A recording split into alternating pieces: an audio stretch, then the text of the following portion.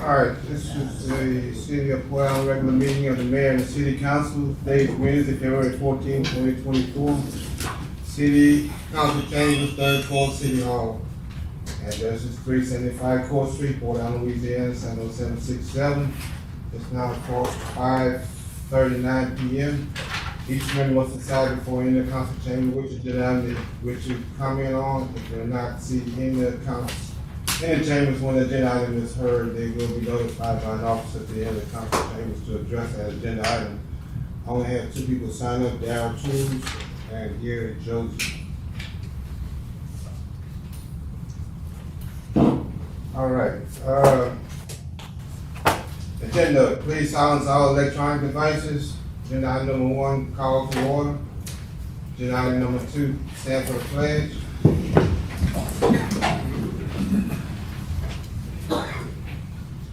Pledge allegiance to the flag of the United States of America and to the republic for which it stands, one nation, under God, indivisible, with liberty and justice for all.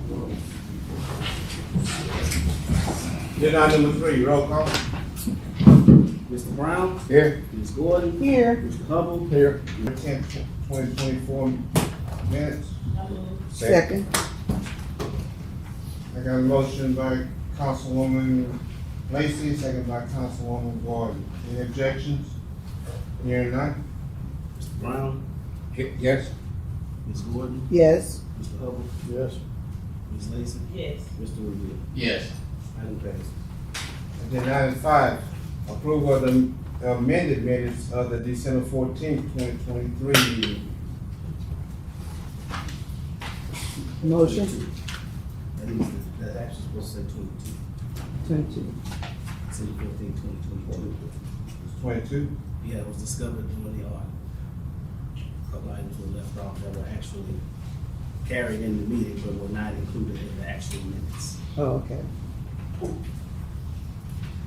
All right, that's a correction. It's approval of the amended minutes of the December 14th, 2022 meeting.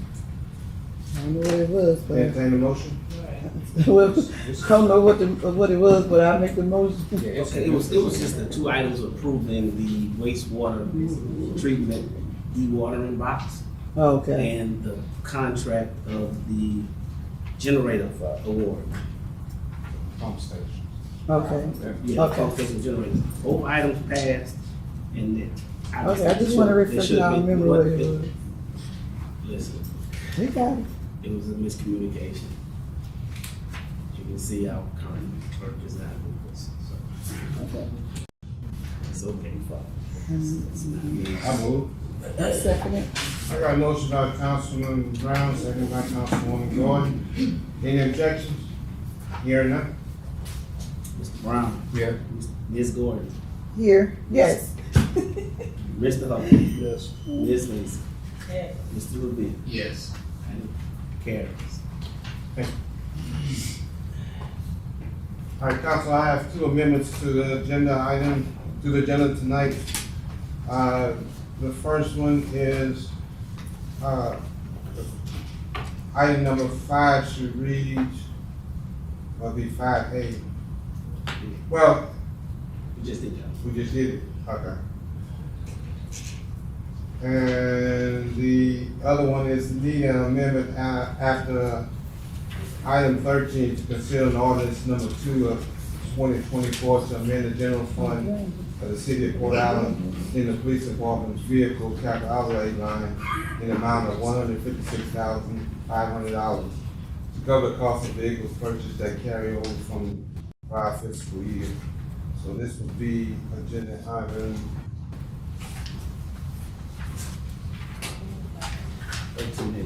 13A. Need a motion and a second to amend the agenda. I need a motion and a second to amend this. So we want to amend it, but we want to add something to it, so Well, Just You do have this to do first. each amendment individually. Alright, So you have to so do this so I one. move. By Councilwoman Gordon. Any objections? Hearing none? Mr. Brown, Yes. Ms. Gordon, Yes. Mr. Hubble, Yes. Ms. Lacy, Yes. Mr. Riviere, Yes. and it carries. As an amendment. Alright.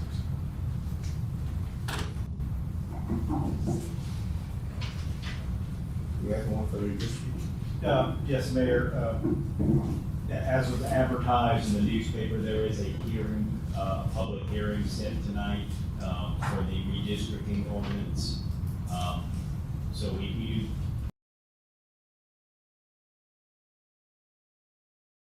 just do a hearing as part of the meeting, so we'll ask to amend the agenda just to have the hearing tonight. Again, as was advertised in the newspaper, we will not be taking action on the actual ordinance itself tonight, though. This is just a public hearing. I move. Second. I got a motion by Councilman Brown, second by Councilman Lacy. Any objections? Hearing none? Mr. Brown, Yes. Ms. Gordon, Yes. Mr. Hubble, Yes. Ms. Lacy, Yes. Mr. Riviere, Yes. All right, we'll make that,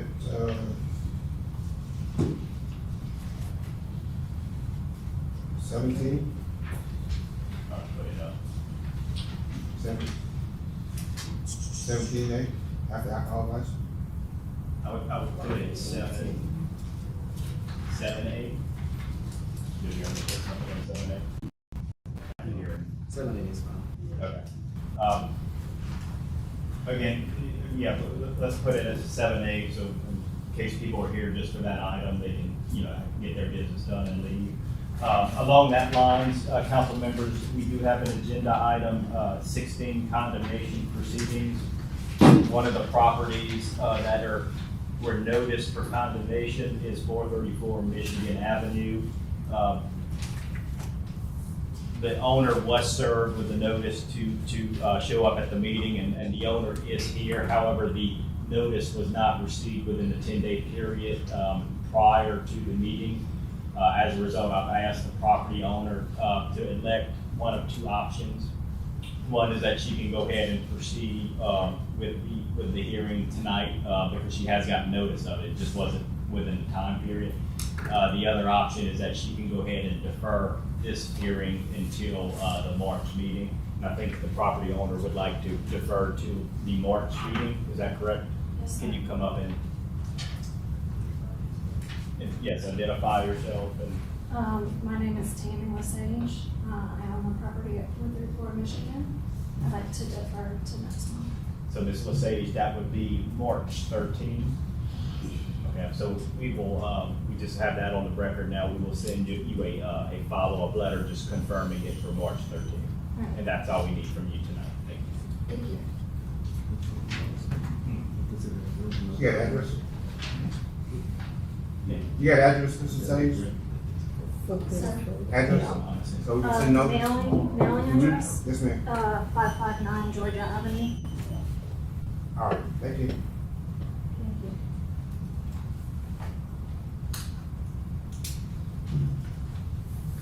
All right, I have one other amendment.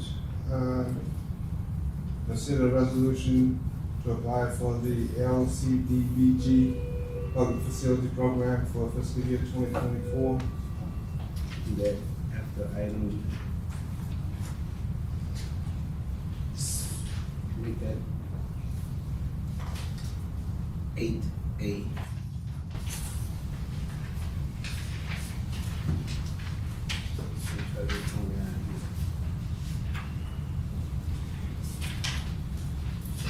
Entertain a motion?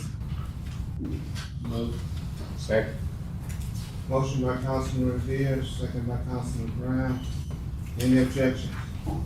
Hearing none? Brown, Yes. Ms. Gordon, Yes. Mr. Hubble, Yes. Ms. Lacy, Yes. Mr. Riviere, Yes. and it carries as an amendment. All right. Yeah, that's all. Item So we,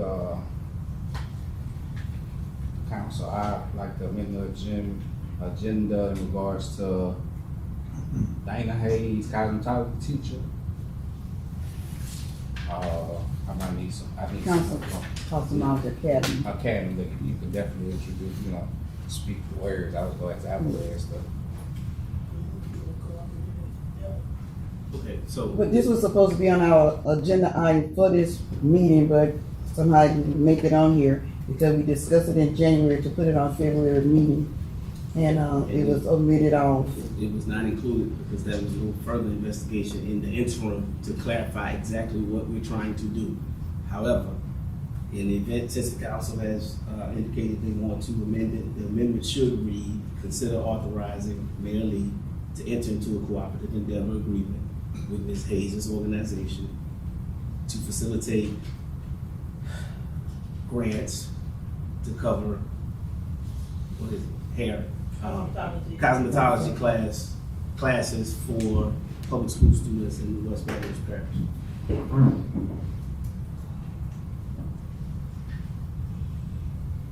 That's what she said. Going through the schools, right? She said through the schools, correct? That the schools are identifying. No, she didn't say the school, she said the community. Okay. You know, we was gonna grab, Okay. right, that's what she said, it's not just for students, you know, it's for the school, not for, through the school, but kids coming from out of the school that she gonna. It's school age children, correct? Right, Majority of them want to put out in that one state. right. So this is just the motion to amend the agenda to add it as a topic for discussion. Well, I thought we had already had a discussion, we was gonna vote at the last meeting, but the mayor didn't want to, so we said we was gonna put it on for February, but her event is in March. So for some reason, it didn't make it to the agenda for tonight. So my thing is that we was gonna vote on how much we was gonna give her for the class, or what? Well, and that's what I meant earlier. That was supposed, it was my understanding that she was informed to come in after that meeting to have a conversation so we can specify exactly what we're trying to do and an amount necessary. That conversation never took place. So, I thought after she presented everything that night to everybody, I mean, what more y'all want her to present? well, first of all. Well, yeah, we have know to that, have- but we have never to have set up what we're gonna documentation do. of her nonprofit status, which we do not have. But she have all that. Well, I spoke with her. But no one didn't ever contact her about anything. That's what I'm saying. We just dropped the ball. We just mentioned it. We didn't further contact with her. Maybe she didn't come back in touch with us. That night during the meeting that a conversation needed to take place, but hey, okay. Well, Right, so at any rate, look, you can authorize the mayor to enter into a cooperative endeavor. You can also set an amount. But once all the i's are dotted and the t's are crossed, we can proceed. But as of now, we don't even have, I don't have an organization name. Do you have a name for her problem, for her nonprofit? it's what is it? Junior Cosmetology?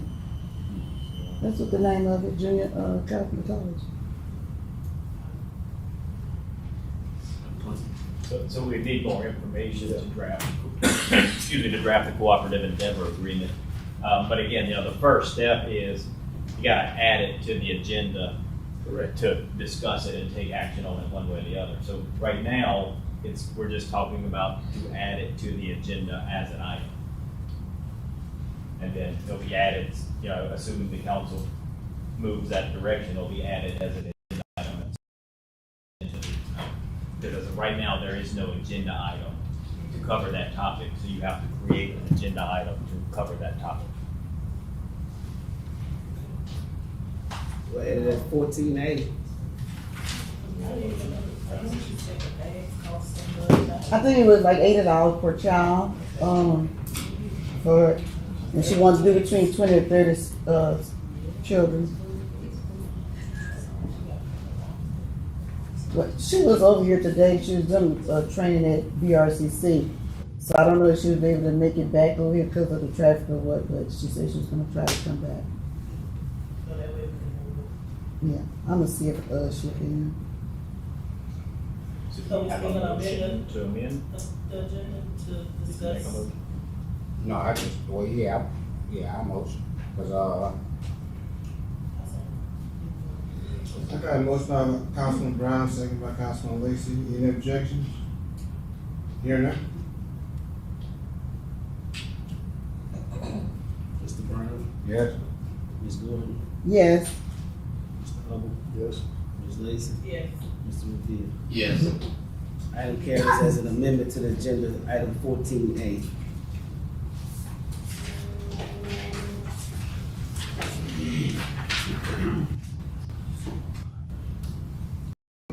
Comments from the public are allowed in accordance with the Revised Statute Policy Code of Delaware, Section 2-34, and specifically limited to agenda items to be considered during the meeting. 3 minutes per person, 15 minutes per topic. Like I said, I have 2 people, constituents that signed up, that see for the wastewater treatment facility, wet well rehabilitation project in the amount of $90. Mr. County Airport. You know, they're all now line the wet well and move the influence bypass pumping around and cut off.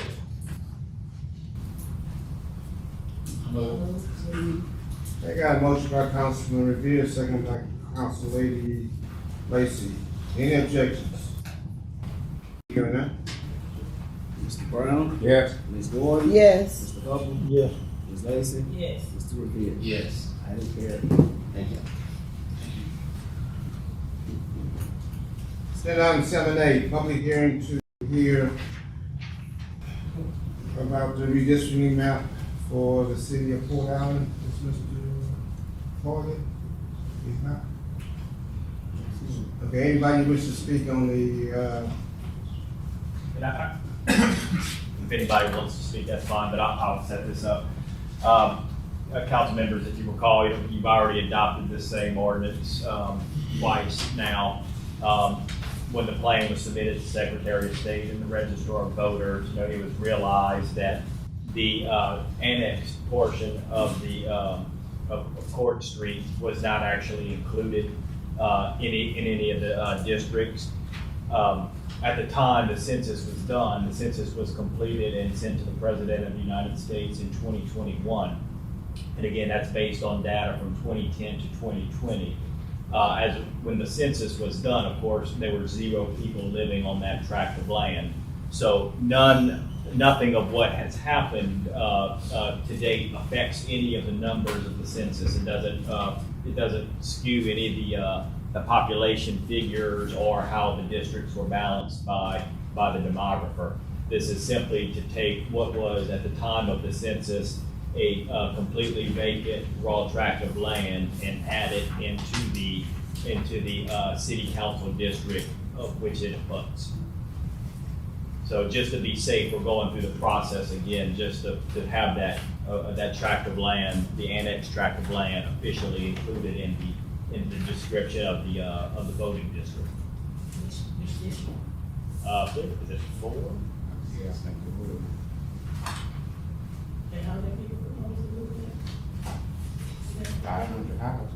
Oh, how many Talking about the people? houses. so once you get filled, they're gonna be redistributed. So it's gonna grow to 600 homes, so they can get 1,200 people. More than likely, if the subdivision develops, as I'm sure the property owners wish, that's gonna cause a substantial effect on your existing numbers, which at a point in time, it's very likely you may have to redistrict again before the District 4, before the 2030 census. But in any event, this is still the redistricting has 0 population affiliated. And when does it actually take place? Like when would it actually, they would actually, when This year. This year or next year? This year. This year, The okay. people that's in there now will be voting in your district. That was all. Say, I move. And This is it. No This is motion, public no. hearing. what is the Just the public hearing. determination? Okay, oh. Came in as District 4 and not District 1. When made that determination? There's only one district that tract of land actually adjoins. So your districts all gotta be touching, you can't have a contiguous district. What it is the way that annexation was done, only a small piece of the right of way on the north side of Court Street was annexed. That's how that square tract of land that you annex connects to the existing city limits. So the way that connects, it actually only adjoins one voting district, so it has to go into that voting district. In the new district, if you do it now, you'll think it should have been, the Charlene district. Right. Cause But it's right that's, there by West, like, but when it's actually, I won't say when it's activated, that might not, when the map actually is, the new district is actually in effect, that'd be District 4, because it's shipped. To show. But basically the area that is the new subdivision, that's in the city limits, but it only touches one other district in the city. So that's the only district that tract of land has to automatically go into. Which is West Palm Street. West Palm, that's not West Palm. well, West Palm. That subdivision That's it. before, That'd be That's District it. 4. not, in the No, new, it's not. I in thought the it new was the district new. before. It doesn't, Oh, yeah, it doesn't District touch West four. Palm. Yeah, that's That's what. Court Street. Yeah, but it's The north side of Court. continuous. It's the nearest one would be West Palm from that side. Oh, I thought you were saying.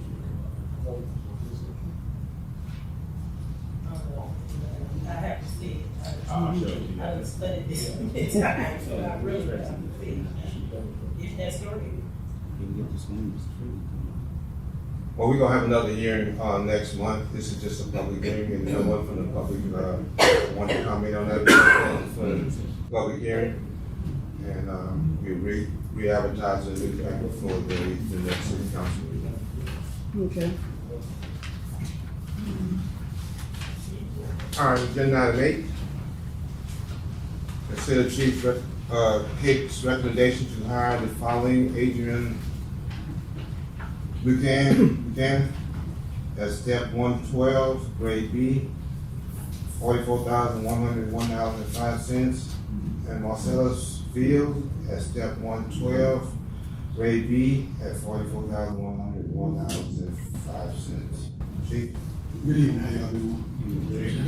Last Wednesday, I presented Mr. Buchanan and Mr. Bill to y'all.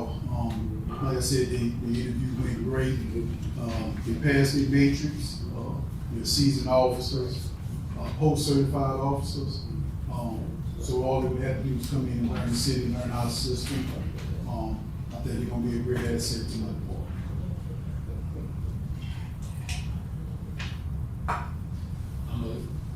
Second. I got a motion by Councilman Riviere, second by Councilwoman Gordon. Any objections? Hearing none? Mr. Brown, Yes? Ms. Gordon, Yes. Mr. Hubble, Yes. Ms. Lacy, Yes. Mr. Riviere. Yes. Item carries. And this is a global. Congratulations. Thank you. What do you think?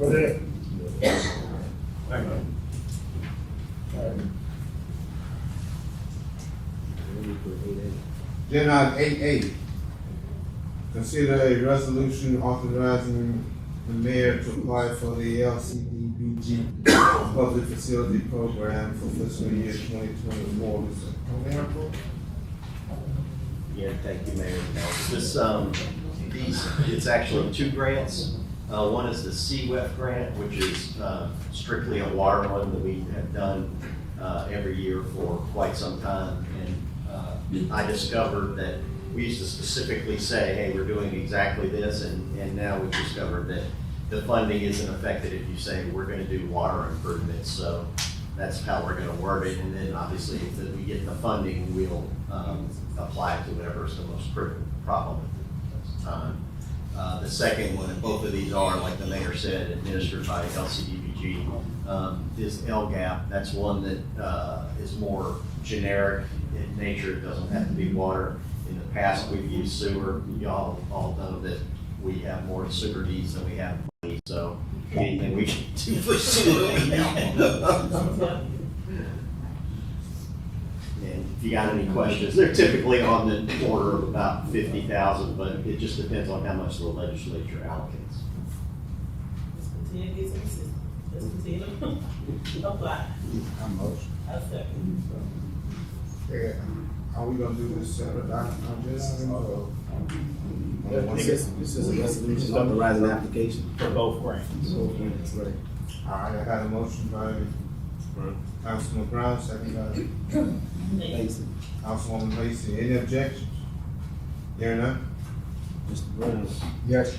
Ms. Gordon. Yes. Mr. Hubble. Yes. Ms. Lacy. Yes. Mr. Riviere. Yes. Item carried. Thank you.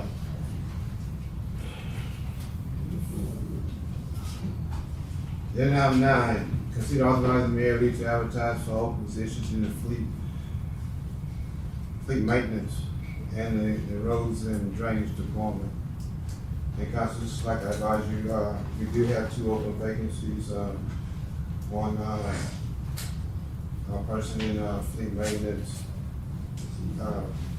resigned, and we have a vacancy in roads and drainage because that individual moved to water and gas. So we'd like to advertise for both of those positions. Motion made. Second. Got a motion by Councilwoman Gordon, second by Councilman Brown. Any objections? Hear none? Brown. Yes. Ms. Gordon. Yes. Mr. Hubble. Yes. Ms. Lacy. Yes. Mr. Riviere. Yes. Item carried. Thank you. Agenda item 10, consider request to re-subdivide tract A2B containing 2.75 acres in section 68T7S412E, 52D-1A, MB5E44, and MB7P as in Paul 123, and the tract A-2-A-8-3 containing 26.134 acres in section 68T7S/R12E, 52D-1, CB416, E55, MB5E44, MB7P 123 into 2 new tracts containing 4 acres and 24.75 acres. Parcel owner, Blanchet Properties LLC, represented by Francois Blanchet. Anyone from Blanchet? Mr. Strange is here from the developer. All right. Come forward and state your name. They should have, they have the attachments. Yeah, they have the attachments that you provide. Good evening, my name is David Strange. I'm with Rolling Up Development. Our address is 725 Avignon, Mississippi. And I'm here tonight to discuss this agenda item and the subsequent agenda item. They're both relative to the development of the same housing development that we're proposing here in town. The second one is the rezoning. This is the subdivision of approximately 26 acres into 2 tracts. A 4-acre tract as a multi-family housing development with 68 units. So our company, we really kind of started specializing in disaster recovery efforts and stuff in the wake of Hurricane Katrina. We built thousands and thousands of housing units in Mississippi and Louisiana, a little bit in Alabama at that time. Over the years, we've developed pretty much every type of housing development there is, from multifamily, single-family subdivisions. We've done adaptive reuse, where we've converted what were once commercial buildings into housing. For instance, we converted recently a former nursing home into a development for elderlies in Mississippi. And so through that, we've kind of developed a little bit of an expertise in being able to achieve grants when they're available for reconstruction from disasters. And Congress appropriated, it's been a couple of years ago, a little slow to get rolled out, but $900 million was appropriated to the state of Louisiana for recovery efforts from lost housing due to hurricanes Laura, Delta, and Ida. And so what the state did was kind of divide that into 3 tranches of funds that we're going to make available out in the state. And they've already given out about $600 million, and that those funds were primarily concentrated in the parishes that had more damage from Laura and Delta than Ida. And so Ida's kind of the last hurricane area, and this was included in that FEMA declaration, but as obviously was Baton Rouge and New Orleans. And so for this $300 million in grant funds, it's going to be a competitive process. We would anticipate there probably being 100 proposals that come from around the state to rebuild housing as a result of lost housing in hurricanes. And we would also anticipate that probably the majority of it will go to New Orleans and Baton Rouge. It's all based upon population, census data, and things of that nature. But that said, there will be some developments approved in other parishes. And so the way that we kind of analyze this is we go and get market studies done of some of the areas that we're thinking about looking into to make sure that everything makes sense. And in that, we commissioned a market study for Port Allen, and the results of it I thought were quite amazing, having seen many of these things over the years, and that is that in Port Allen right now, you have a 3% unemployment rate, which is a little bit less than the national average. You have a higher than the national average cost of home ownership or rent, just housing burden, where about 40% of the people across all income groups are house burdened because either their rent or mortgage payment is disproportionate to their income. The national average on that's probably about 28%. It's about 38% here. That's a pretty high number. And then I think kind of the background explanation of all that is what was determined as the capture rate. And what that means is when they take all this data for new housing starts, population growth, employment, all these things, and under our proposal to build 68 housing units, that only captured 1% of the pent-up demand, meaning there's demand for about 6,000 housing units here. Artificially inflated because there's a substantially constricted supply of housing. So based upon that, we made a decision that this was a market that we would like to make a proposal in to build some housing. And so we contacted Mr. Como to help us find some real estate here, and that's how we came across this tract of land that's at the corner of Allendale and Court Street there. And as I said, it's about 26 acres. It's currently zoned light industrial, but it's surrounded by some businesses on one side, but then 2 sides of the property are bordered by housing, and then across on the other side of Court Street, obviously, there's a large trailer park and stuff up there. So it's a transitional, I would say, neighborhood between some, light business and commercial uses and a whole range of uses as well. Under the zoning part of it, what we're seeking is a rezoning of that 4-acre portion to R5, which is a density of about 16 units per acre, so that it's not a very dense multifamily rezoning of the property. There would be ample green space, things of that nature. What we would propose to build, and one of the requirements of this program, is it's to replace housing that was either damaged or lost as a result of hurricanes and kind of the aftermath of all that. So this 68 unit housing development, multifamily development, is an $18 million development. And the reason, one of the reasons that it's so expensive is we have to do things that are unique to be qualified to participate in asking for a portion of this $300 million, and that it has to be constructed under what's called a fortified gold standard, and that's kind of a new thing. But at the end of the day, what it is it's greatly excess tie-down hardware so that the roofs are basically tied down through engineering to the slab so that it's able to withstand hurricane force winds and things like that. There have been studies on this where properties that are constructed to that standard, when in a disaster, are hardly damaged versus, some more traditional construction stuff is completely knocked down.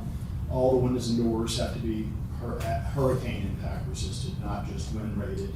We have to have backup power for the whole development. We have to have backup water for the whole development. So there'll be a well, there'll be an extra electrical systems and everything for it. So not only does it withstand the storm, but in the event of the aftermath of the storm, when obviously, you can have local power outages, local disruptions in water supply and things like that, it's designed on the front end to be built in preparation of that. It's going to be a gated community. It's a combination of 1, 2, and 3 bedroom units. The square footages are about 800 for a 1, 1,000 for a 2, and about 1,275 for a 3 bedroom. I'm sorry. Yes, ma'am. The square footages are 800 square feet for a 1 bedroom, 1,000 for a 2, and 1,275 for a 3. So they're, I would say, market comps for this area. That's about the size of apartment units. Like I said, we've developed housing in a lot of different ways, but this is just the opportunity that's in front of us is to apply for these community development block grant funds to facilitate the construction of this. We are the development company, we are the construction company, we are the management company. We've been at this 20-something years, have done about 60 different housing developments over that course of time. I think that, as the study says, there's obviously a critical shortage of housing here, and I think that given the kind of nature of the neighborhood, where there is both some commercial housing and currently housing on 2 sides, that the rezoning would be an appropriate matter before the board with respect to the subdivision and the rezoning, which are kind of 2 parts of the same request. So that I'll answer any questions that anyone may have. Okay. Mr. Strange, Yes. you touted how well they're gonna be built and, but I saw some information, and you can correct me if I'm wrong, and I realize the overwhelming majority of this project is gonna be paid for through, other people's money. Roanoke is, on the hook for just a fraction of what it's gonna cost to develop this. And that's one hang up, that's the way business is done, that's the way it's done. And then you're from Mississippi, if this thing goes south, and then my other problem with it is we adopted a master plan 6-8 years ago, maybe not even that much. And this piece of property was zoned light industrial, we all agreed to that. And I think it should remain light industrial, so. Sure, if I could address a couple of those. Sure. So I am from Baton Rouge. I live in Mississippi now. We have done several developments in and around the area. I've actually worked with Mr. Haribal before on development, so he's familiar with our company and our work. Again, we own 50 some odd of these and have maintained all of our developments over a 20-year period and worked with people in and around this area and his firm in particular. And that's, as far as the financing mechanism of it, that's just the program it's just a grant. The federal government has appropriated all these funds, the grant funding, to replenish lost housing in the communities that were affected by hurricanes. But I appreciate the comment. As representatives of the city, our job is to make sure that we listen to the people and take in consideration, what the people want in the community, especially those that it affect the most. I know with the, whatever the information you gathered, that we probably were in some need of maybe housing. But if you just heard, we have 1,200 houses that's coming right up the street. So 60. That's still, if you put 2 people in the house, we got 1,200 people out there. That's coming right down the street from where you're trying to, bring this development. Now, me, I asked about the senior citizens. I did ask about that myself. And that's still taken in consideration of what the community would want to develop within the city. And you have some people here in attendance that you may want to listen to and just gain some feedback. But our job really, we have to make these decisions, but we also want to take in consideration the people that we work for. Yes, ma'am. Okay? So, and I think that's just kind of where we are. And like I said, if senior citizens may be living in something in their area, but I don't know. Sure. To the extent anyone has any questions from the public, I'm happy My councilman has some other things we may. to address those too. Yeah, I actually grew up on that street that's behind it, so I spoke to 3 people actually, but I want to say my parents and some other neighbors, they all talked about it, so they just not too happy with it. Sounds good through version, but they have their concerns, so they just don't have interest, because it'll be butted up to their property, so that's. The thing that I have concern with, and the same thing I expressed concern with on this Westview crossing, the 601 units planned on that. I know it'll take about 10 years to build that out. However, you're looking at minimum of 1,200 vehicles you're putting on a 2-lane highway. Additional. With yours, you're talking about 16 units per acre, which is, you said 68, 64, 68. Okay, so that's 136 more vehicles there. I don't know how anybody in this parish can say that our vehicle and highway system is great. It just can't be. Now, unless everybody would be switching to 601 units and 168 units, just switching from Port Allen over there, that'd be one thing. But we know that's not gonna be the case. So we're looking at 1,300 plus vehicles, additional vehicles on a 2-lane highway. That has always been my concern. And I just don't see how we can handle it. And did you want to get on the other parcel, on the other acreage? What do you plan on doing with that? Nothing. Nothing? It remains the light industrial. Okay.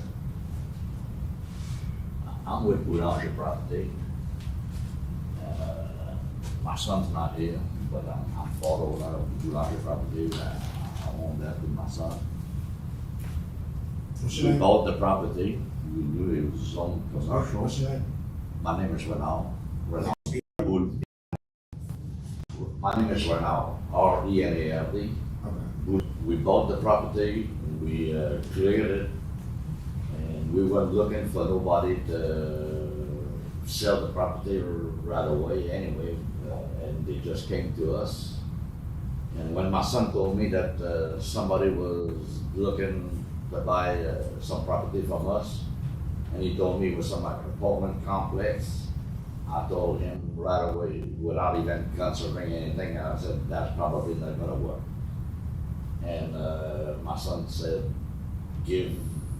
we'll give them a chance to show us what they're about and what they wanna do and how they wanna set it up on the property.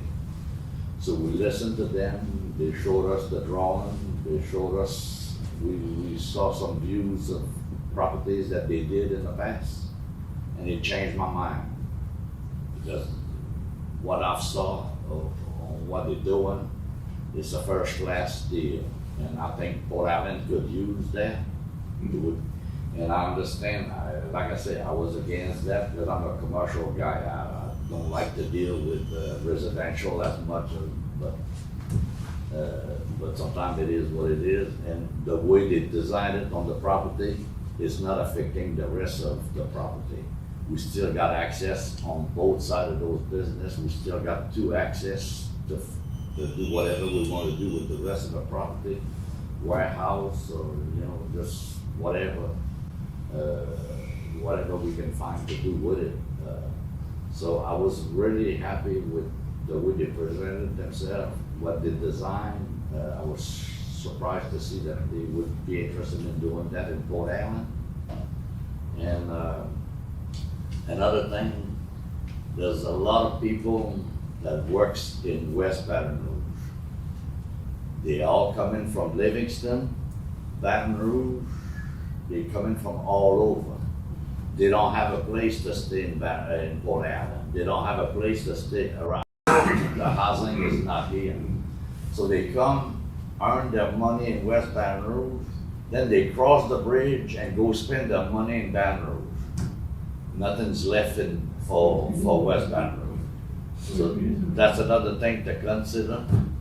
We need to bring some more good development in West Baton Rouge, I think, because we're way behind on a lot of things in West Baton Rouge. It's hard to do business. We have several pieces of property in West Baton Rouge, and it's hard to get anybody to come to West Baton Rouge because too many people got burned in the past, spent a lot of money trying to design stuff, and they always get turned down. So now you can't hardly find anybody that wants to cross the river and come over here. So it's something to consider too. But anyway, if y'all start looking at and studying the development that they want to put, it's worthwhile. So that's all I have. And like I said, to me, it don't matter. It can go either way. It don't matter, but I think they deserve a chance. I think it would be good for Port Allen. And we're not the kind of people that bring just anything to West Baton Rouge. Like I said, my son lives not too far from here, and he's not gonna bring just anything in Port Allen and West Baton Rouge. So the other three properties there in the city of Port Allen, or is it in West Baton Rouge Parish? We have that property is in Port Allen city. Yeah, outside of this one, you said you had three other properties. You said you had other properties in the. I have some 118 acres behind cash, and behind the fire station. All of that, we have that. I own the property where BYOT, they got the junkyard on BYOT. I own that property, they lease that from us. We own the 60 acres on the corner of 415 and Rosedale. That's sugarcane field there, 66 acres. So we got a lot of land that we're gonna be looking to do stuff in Port Allen, West Baton Rouge, and like I said, we don't wanna bring just anything. I live in Baton Rouge, but I spend way more time in West Baton Rouge. My business is in West Baton Rouge. We got an office just down there, Bosco, Wisconsin. So we always in West Baton Rouge. I lived in West Baton Rouge for 13 years, and my wife wanted to move to Baton Rouge for school, to go to a Catholic school over there. So that's why I ended up in Baton Rouge. But like I said, I spend 90% of my time in West Baton Rouge. So we care about West Baton Rouge. And Port Allen, we care about the whole parish. Are you aware that we have some infrastructure issues? Like when it comes to our sewer, you say you work with Tony, are you aware of that? If I'm aware of what? Like with the sewer, our sewer system, are you aware that we have some issues there? No, I'm not really. I think that's the thing I would want to consider. Maybe with your developer, Like I with said, your developer, because we're trying to man the demand. That would be for them to consider. But how about all that property you have? Could you help us with acquiring some of that to get a sewer plant? Well, That's what we need. I mean, hey, if you. I know some other people, That's you too know, far from the river. you may know some people, you have a lot of block. We helped, West Baton Rouge, we helped the parish with some of our property, we out of the Anacostia. We're willing to listen. You got property by the Uncos? Past the Anacostia. We got a little bit of property, yeah. All over. I probably own, I got a piece of property, 74 acres, and another piece, probably 50 acres. We're not a big, property owner, but we got a little piece here and there, and we try to develop that, and, try to do what's right for West Baton Rouge. All right, Mr. Bowles, I got one question with this, property that you have. Once you build, if you granted this zoning and once you build this complex, I'm looking at your commercial property, you only gonna have one access. No, we're still gonna have two access. Where's the second? Right there where they build those apartments, we're still gonna have a 60-foot, So you're gonna be able to drive commercial vehicles to the complex? no. It's gonna be the complex is gonna be fenced in all the way around. Okay. And right between where Pelican is right now, Mhm. Pelican Ways, Mm-hmm. and where they're gonna be, there's a 60-foot, there's still gonna be a 60-foot substitute for us to go into that property. Oh, okay. From that side, and on the other side, we don't have another access. Okay, I see, okay. No, Yeah, it- yeah. like I said, I don't wanna mess up my piece of property, it's a nice piece of property, and Right. I understand I want them commercial there, I'll read y'all, I understand that. All right, the other question I had, what type of, is this gonna be single story or double, two-story? One? Two. Two? Yes, sir. What is gonna be made out of? Brick or? Typically, it's a combination of brick and hardy materials. The How much brick? cement siding. 20%, sometimes 30% on some of the facades, and then the fiber cement boards. It's typical with multifamily construction. And if I'm looking at this correctly, are these gonna be attached apartments? Meaning, They're not gonna be separate individual units?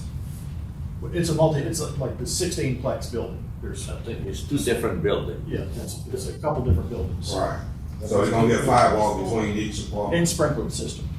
Yeah, yes, definitely sprinkler firewalls. And they'll have a swimming pool and all that, it's a nice project, for Port Allen, it'll be some to really think about it. All right, yeah, I did. And like I say, all fenced in, it's not just, they're not just, I'm not gonna let them just put up just anything. And if they don't get approved, the project probably won't go. And we'll go back to the original zoning. I don't have a problem with that, actually. If the project don't go, I'd rather be zoned just the way I am now. Understand. Okay. Yeah, anything else to present? If anyone has any comment, Yeah, I would Yeah. like to I just respond. wonder if y'all had anything else to present. Not, I think I'd rather just respond. Okay. You wanna go first? Mr. Who signed in first? Okay. Toots, Darryl?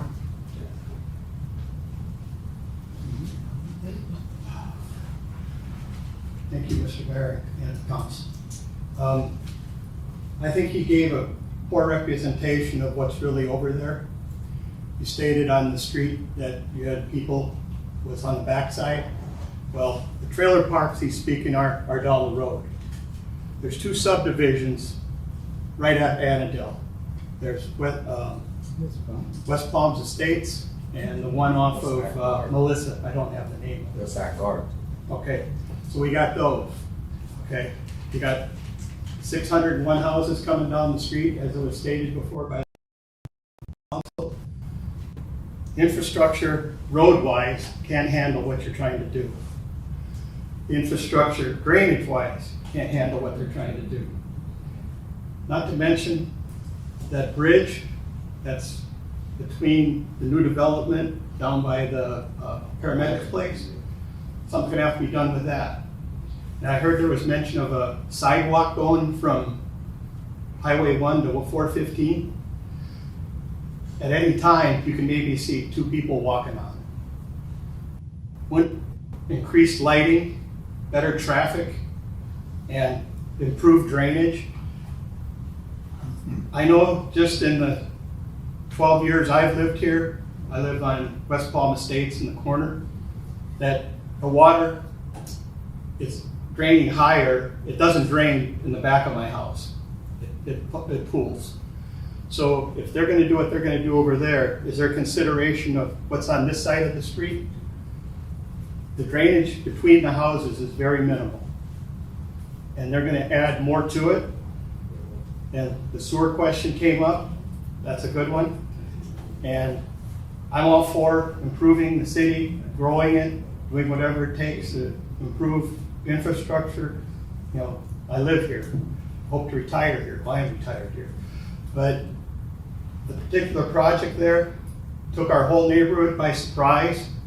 The trees were all getting knocked down and no one knew what was going on. Nobody had a clue. Same thing happened when the gentleman tried to build the house up in front of the West Palm Estates. When he tried to build the 3 houses there, nobody had a clue. Our whole neighborhood, and she can speak for me as well, was wondering what's going on with all the trees going down. And if he's building apartments like you say he is, the backside is going to be what's facing the street. It's going to be facing Court Street. So here we are looking in people's backyards on 2-story housing. So personally, I vote that you deny this request. There's many other places that we can grow, better places that we can improve on, and this isn't one of them. Thank you.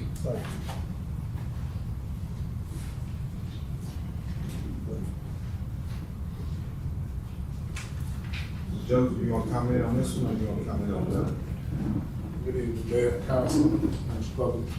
I think y'all spoke on our good behalf of it. As you said, Ms. Clerice, about the 600 houses coming down, being built down the street, traffic, we're not gonna be able to withstand that, not even counting if there's an accident anywhere on 10, well, they have to come through Court Street. So, I think y'all need to take a good look at that. I mean, they have not presented to us what other study that no traffic study, no drainage, none of that. So, I think if y'all take a good look at it. I mean, we all for growth, but we smart growth. As far as traffic, if I leave it the way it is, and I put a trucking company that goes in there and they bring 60 big trucks, is it better than a few cars? I mean, Yes. One thing about the 60 trucks, they're gonna try to get to the highway. They're not gonna try and come to the neighborhood. They gotta go to the highway. They know if they come in the neighborhood, they're gonna get stuck. You're gonna try and get to the highway. but those, What wrong? Okay, any comments that come to the podium, please? Alright, so, Trucking company. good evening. I'm only, I guess, addressing this item as administrative planning and zoning. Okay, because some issues were raised that I think need to be addressed. First of all, property owner is not required to obtain any documentation to clear his property. So there was nothing to report. When the information came to us, we followed every requirement in the ordinance. It was advertised, a sign was erected, it was put on the planning and zoning ordinance on the agenda. That was not a quorum. It was discussed at committee last week, and here it is today. So in terms of the information was presented when it was received, and it was all done timely. First thing. Second thing, with respect to Westview Crossing and the 601 houses, there was a traffic study done in connection with that development. They even tried to build additional turning lanes, if I'm not mistaken. It's still, And some of the requests that they made were DOTD did not approve additional traffic measures. I understand what you're saying, but what I'm saying is it all ties together.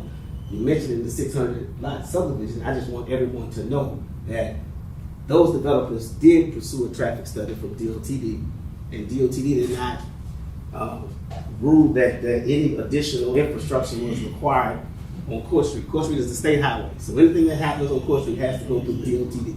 Okay? So I just want you to know that all of those I's were dotted, those T's were crossed, and DOTD made the decision that it was sufficient as is. Now, obviously, that's a 601 lot development, which is going to take some time. This is only 64 units, so you're welcome to contact DOTD and see what their position is relative to that. But I just want everybody to know that all of the ordinance requirements were followed, and when the proposal was presented, we put it in the paper and we erected the signs that are required. That's it. If anybody have any other questions for me, I'll be happy to answer those questions. But with respect to the developments, everything was done by the book. And so when we, Mr. Jordan can tell you, he inquired about the land clearing when it began. And I told him then, I said, well, I don't have any information relative to that, but eventually it's gonna have to come to my door. So when it does, I will let you know, and we had those conversations. Can I ask a question? Sure. You talk about 4 acres. Yes. Mm-hmm. What about the other acres for that? Well, I mean, when you zone it, let me ask this, yes. when you zoning it, are you Correct. zoning the whole tract or just the 4 acres right now? Okay, Because good question, good question. So the 4 acre tract doesn't presently exist. Okay. It's a 2.75 and a 26. So in order to get to 4, we have to re-subdivide it. And then the next item is to only rezone the 4. For now. For now. The 26, the remaining 24.75 acres will remain light industrial. So this is only the 4, Okay. which already currently borders residential property. That's the only reason that the property, the project is somewhat feasible. Yeah. Because if it stays light industrial, then I'm concerned as to what the complaints are gonna be with what light industrial business decides to be there. Because I suspect the same people gonna come back and say, well, hold on, we don't want no light industrial in my backyard either, right? So, but keep in mind, it's only 4 acres. I just want to make sure everybody's clear on what's happening. See, my question is, Yes. this is a tract of land, Yes. 26 acres. If you cut it off in 4 acres, the back end is gonna be. okay, once again, there's no question from the audience. If you wish to come to the podium, you come to the podium and speak. So all I want to say is the 4 acre tract, access is on Allendale, and it goes straight back between 2 parallel lines, all the way to the servitude behind the houses that are on that front on Harry Brown, right? So yes, it will be bordered by the remaining tract, yes. And which is light industrial. for now. Well, Because, like you said, we'll have to come back later for something. well, any use is gonna have to come back, correct? But here's the thing: the property owner is currently belongs. The rezone and re-subdivide is to facilitate the transfer. If the re-subdivide isn't done, it's not gonna be rezoned. It's not going to be purchased. Okay, it's going to remain with Mr. Belonge's his company. So it's clear. But like I said, we just present the information. That's it. Okay. So go ahead. So we're all aligned on this, and I will be sitting there with you in the future if it ever happens, is with the light industrial zoning, according to the zoning ordinances, it would not have to come before this council to put an animal boarding center there, a mortuary, a sewer treatment plant, we're a recycling center. All of those things are absolute uses of property. So if I'm gonna invest $18 million on that 4-acre parcel, I'm gonna have a very in those things not happening on the remaining parcel of land. So I think that this use is certainly more congruent with that neighborhood than the other possible uses that require no approval of the city council. And I think that, you know, we're willing to make that investment and that, you know, not be fearful that will come to fruition, but it's certainly under the letter of the law that it can, under the cover of night. The other thing is, you know, to not get, I apologize for the feedback, to get ahead of ourselves with. We're just in the very early stages of this right now. In order to, you know, this is the first step, and in order to take the second step, which would be to fill out our application for the grant and things like that, to retain a local engineer, the architectural firm that comes to do all that stuff. So there will be all of these studies done as part of the permitting process. And if it is determined at any point in time, you know, as we go there, that there is inadequate sewer supply, if there is inadequate infrastructure for the development, well then it will die of those reasons, and we will seek to maybe relocate it or something like that. But for right now, we're just wanting to request the rezoning so that we can proceed with getting all of this stuff developed and then go through a full permitting process like any other development. We'll have to get the DEQ's approval. There's room in the acre to put in lift stations and force mains. I mean, we've done a lot of different things, so we know what's required. This is just the first step in that process.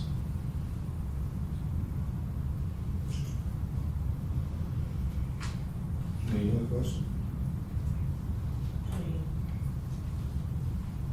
once again, with the multi-family homes, I still say, I think maybe more of a senior citizen living. We have a need for that as well. But I don't think they can make them adjust with the grant money from where they get it from, like. We say they build Would that even be in? So it's the CDBG, Community Development Cooperative Funds. And so in theory, all demographics were impacted by the hurricane, regardless of age or income. And so when these funds get earmarked to replace housing, it can't be set aside specifically as a senior development or something like that. But I will say this, in most of the developments, there's a substantial number of one-bedroom units in the development. The whole thing is ADA compliant. There are handicapped units in it that have vision, mobility, grab bars, all that kind of stuff. It's universal design, which means any unit can be retrofitted for handicap stuff. And so I say all that to say, and again, you know, I'm a little flat-footed on I guess it's the DSLD development with all the single-family people. It is a lot more attractive to live in an isolated, you know, rental community than home ownership, albeit affordable homes that they're doing. So I think we're touching into that entirely different segment of the market. But being seen that type of living is specified, it has some specifications there with age. You know, just the younger people, it's not gonna be any young people with them, the working people, like it's just gonna be specific to that age group. So all those other people won't be in the complex. Yeah, sure, I know that. Yeah, and I know handicap accessible, but I'm talking about senior citizens living. Yeah, we can't restrict under this particular grant. It has to be for everybody. So there may be something you may consider. Maybe. That's a need. Yeah. If we want to talk about needs, let's talk about We needs. certainly have an aging population and a lack of housing. So I don't disagree with that. All right, any other discussion? All right. Yes, sir.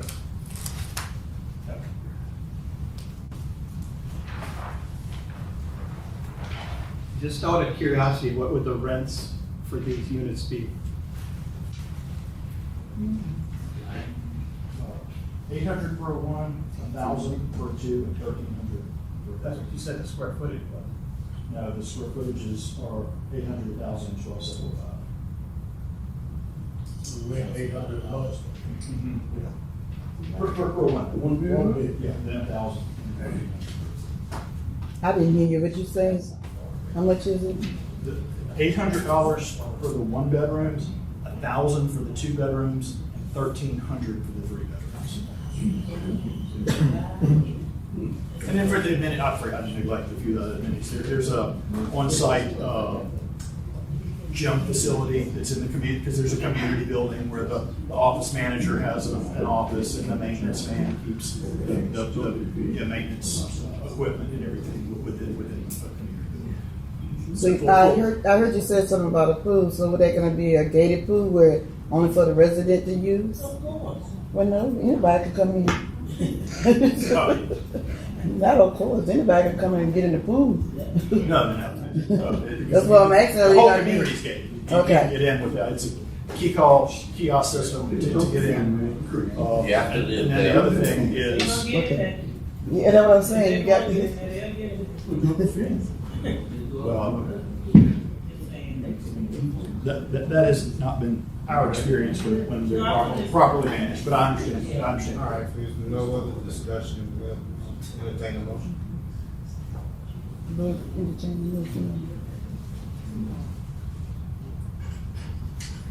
And besides that, there's nothing else that you would consider. Meaning, When that money be You given, see Mark. how. Grocery, none of that. No, he receiving, assistance to build.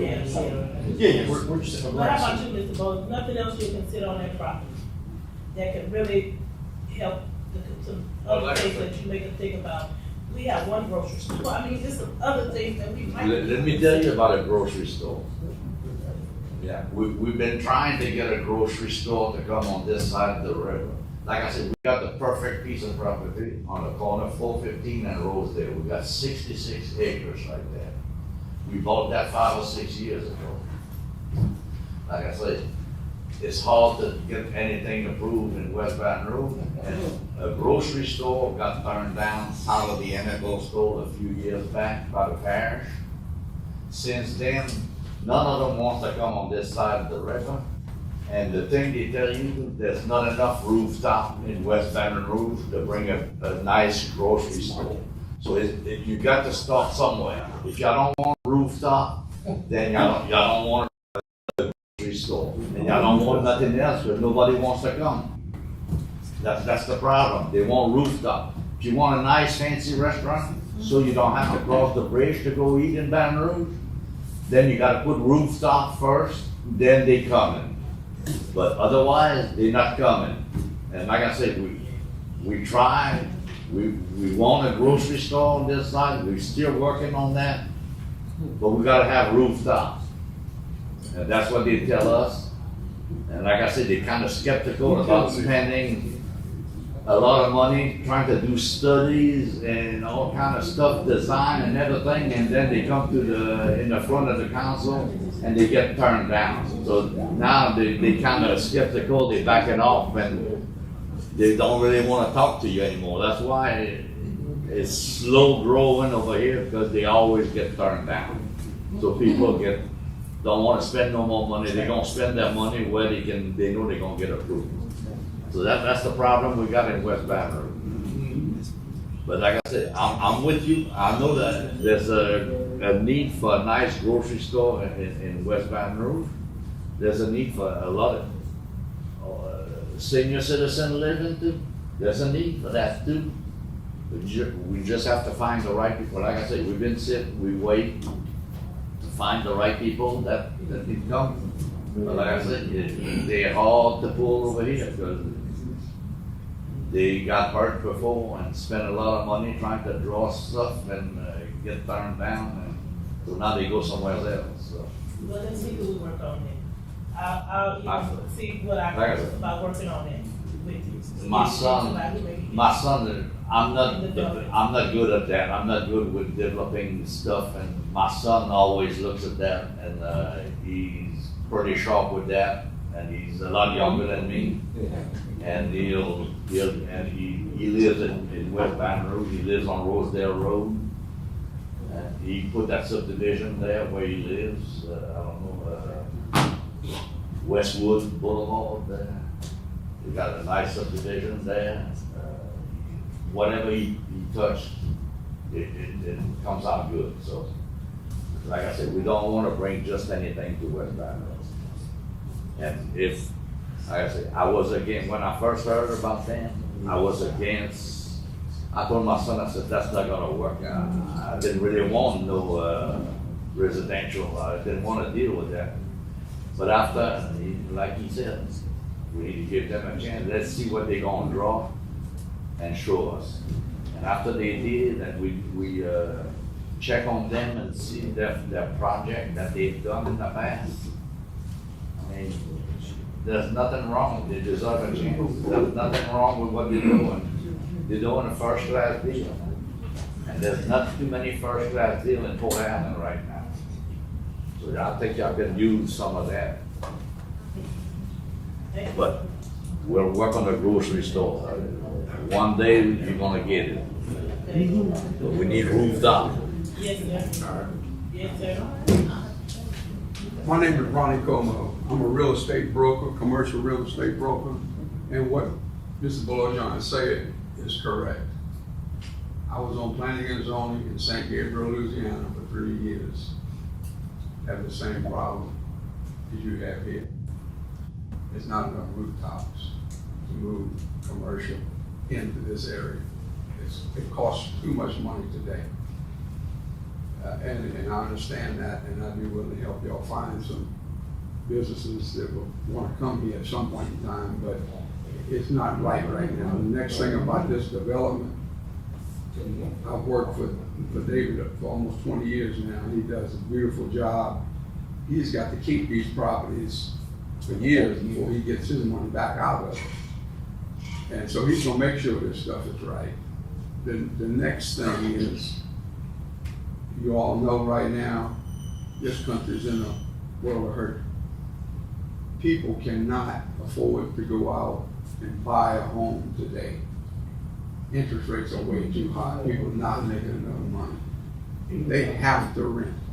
A lot of people are gonna have to start renting. People are losing their houses. People are paying their house notes on credit cards. Can you imagine that? You got a note and you're paying it on a credit card. So there's a big need for rental properties, and this man does an excellent job. Thank y'all for letting me speak. All right, let's go. All right, if anybody else want to speak, let's still entertain a motion.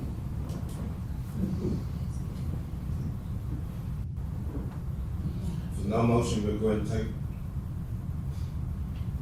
Okay, we'll take that motion. That agenda item is no motion, so we'll go on to the next agenda item, 11. And this agenda item is moved because it was dependent upon action on the prior agenda item. All right, we'll go ahead and read agenda item. Agenda item 11, consider request to rezone the new 4-acre tract just created from the L2 light industrial to the R5 multifamily permitting 16 units per gross acre. Parcel owners, Wanjay Properties LLC representing Francois Wanjay.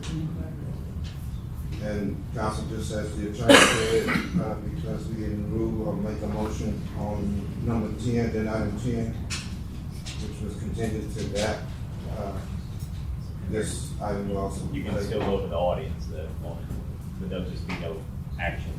Anybody from the audience wishing to speak on this agenda item? Hear none? All right, so we'll take this.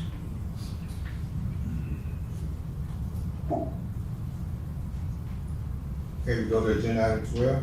Consider resolutions in the recognition of long-term dedicated service for the following members of the Planning and Zoning Commission who recently resigned. Chairperson Liz Holmes and board member Gordy Artan III. Either one of them present? Okay, I tried to reach out to I tried to reach out to, Mr. Fontaine, I hadn't heard anything from him. But we wanna, present to Mr. Fontaine first is a resolution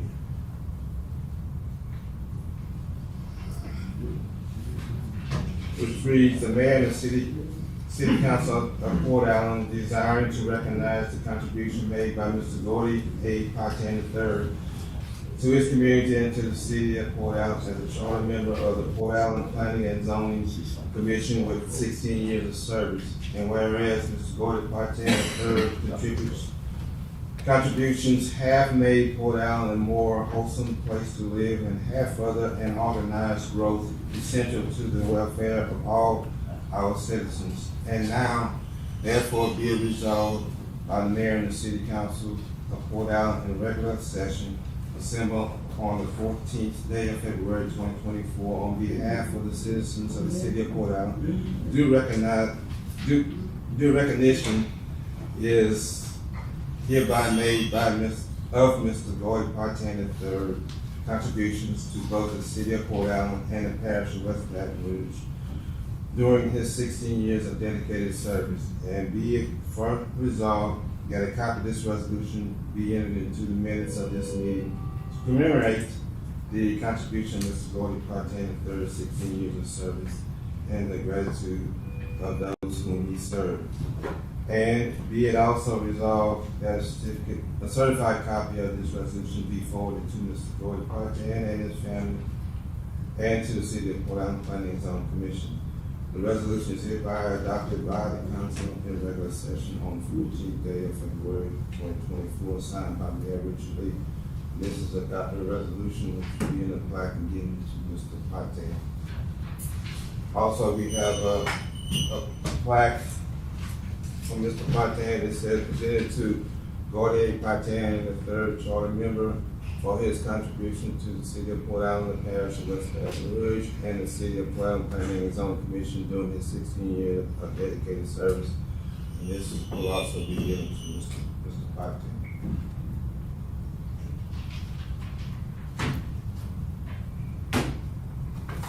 Okay, the other member that resigned is a long-term member, and that's just Ms. Liz Holmes. And the resolution states, the mayor and the city council of Port Allen desires to recognize the contribution made by Mrs. Liz Holmes to her community and to the city of Port Allen as a charter and chairperson member of the Port Allen Planning and Zoning Commission with 30 years of service. And whereas Ms. Liz Holmes' contributions have made Port Allen a more wholesome place to live and have further and organized growth essential to the welfare of all our citizens.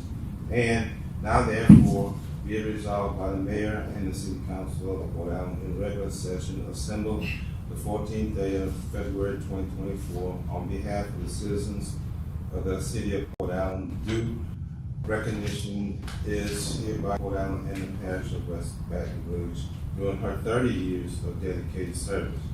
And be it further resolved that a copy of this resolution be entered into the minutes of the meeting to commemorate the contribution of Mrs. Liz Holmes' 30 years of service and the gratitude of those whom she served. Be it resolved that a certified copy of this resolution be forwarded to Mrs. Liz Holmes and her family and the resolution is hereby adopted by the council in regular session on the 14th day of February 2024, signed by Mayor Lee. And this is a copy of the resolution. Also, in addition to this resolution, she will be getting a plaque in commemoration of her service. And the plaque says, presented to Mrs. Liz Holmes, chairperson, for her contribution to the city of Port Allen, the parish of West Baton Rouge, and the city of Port Allen Planning and Zoning Commission during her 30 years of dedicated service. And this is the plaque along with the photo of the city hall. So I entertain a motion to ratify these two resolution? Move. I got a motion by Councilman Riviere, second by Councilwoman Lacy. Any objections? Hearing none? Mr. Brown. Yes. Ms. Gordon. Yes. Mr. Hubble. Yes. Ms. Lacy. Yes. Mr. Revere. Yes. Motion carries. And I did speak with Ms. Holmes, as she said she was trying to make it, but she's still seeking medical treatment this time, so keep her in there. And thank y'all.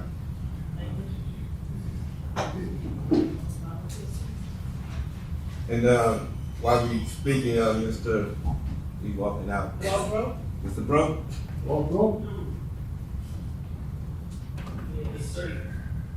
Yeah, I want to recognize two of our council members who, our planning and zoning board, you'll see that's, Walbro. Stand up, Mr. Bro.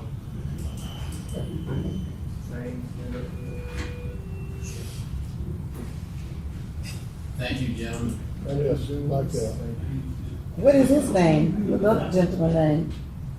My mind going blank. Mr. Gregory, My name? Hey. Payne, Mr. Gregory Payne. Gregory Payne. Yeah, thank you, Greg. That's why it's was. But thank y'all for y'all services, and looking forward to the next council, planning and zoning meeting. All right, agenda item 13, public hearing to consider ordinance number 2 of 2024, amending the general fund police department's vehicle capital outlay line item for the fiscal year 2023-2024 budget by an increase of $156,500 to cover the cost of vehicle purchases that carried over from the previous fiscal year. Anyone from the public wish to comment on this agenda item? No one answered from the public. We're gonna close the public hearing.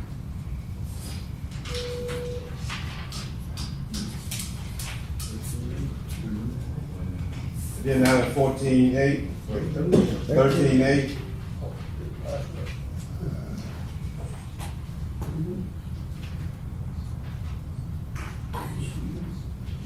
Consider ordinance number 3 of 2024 to amend the, no, that's not it.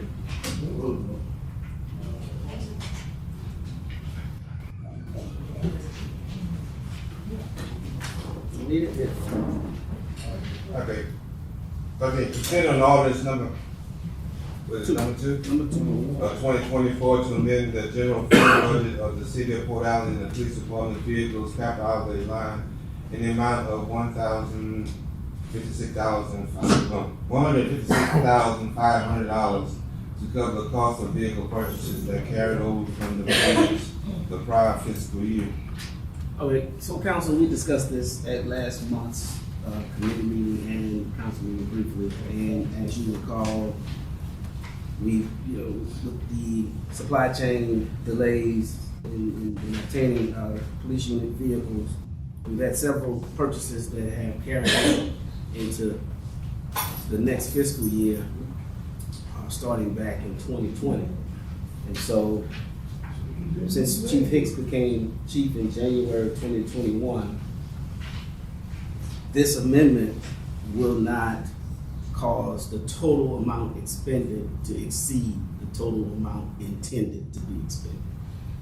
It's just necessary because in each year since 2020, we've had at least 1 or 2 vehicles that was ordered in the one fiscal year, but received in the next fiscal year. And sometimes that happened after the budget was closed on September 30th, so we could not revert those funds back to the previous fiscal year. So it made that year look as if we spent more than we really did. But the total amount expended is still less than the total amount intended. We had a $42,000 budget amendment in March of 2021. The next budget that started in July 1st of 21 was $155,000 after amendments in the original, and the 2 successive budgets for 22-23 and 23-24 were $175 each. If you add all those totals together, and if you look at what the documentation previously provided, we have not spent that total yet. This will bring us to that total and clear up all of those overlapping purchases.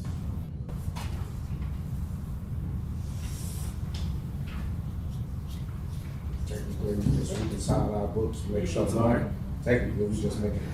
Yeah. So what happens is, because we are in the 23-24 budget year, we received 2 vehicles that were ordered in May, but they came in September. So the budget ended in June 30th, but September 30th is the last day to actually do journal entries to reallocate that money back to the previous fiscal year. That did not happen. So once we paid for those vehicles, even though the money was never spent in the previous year, it's showing up in this fiscal year. So in order to rectify the situation and allow us to pay for the vehicles that have already been ordered and the outfitting of those vehicles, which some have already been completed, we have to amend the budget because currently it shows only $9,000 left. But and paid for with